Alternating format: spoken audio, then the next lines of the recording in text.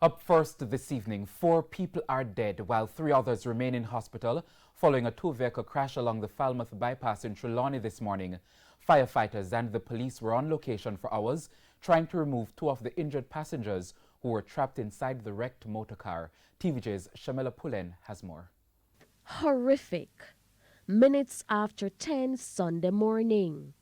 The evidence of a deadly crash. Debris scattered at some sections of the Falmouth bypass in Trelawney. According to reports, it all unfolded when a Nissan March motor car and a Toyota Coaster bus traveling in the opposite direction collided at the Danieltown intersection. 5 people were in the car, 4 died. The other person is in hospital battling for life. The driver of the bus as well as the other occupant in that bus were also rushed to hospital. Meanwhile, a man who was at the scene and identified himself as Ricardo Falconer says he knows the occupants in the car quite well. Yeah, man, I know them good man. Brother-in-law, them man. 2 of them in there, my friend.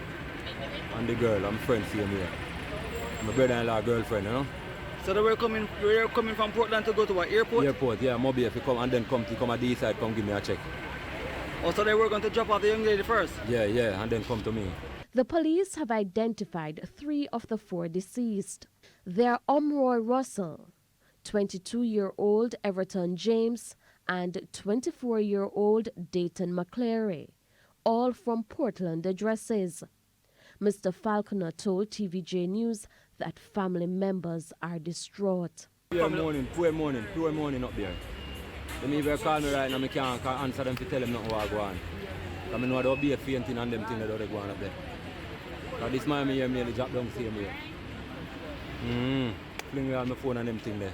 Meanwhile, the Falmouth police are continuing their investigations into the crash. But while they do that, one Falmouth resident points to a number of issues that could have contributed to the crash, including problems with the road surface.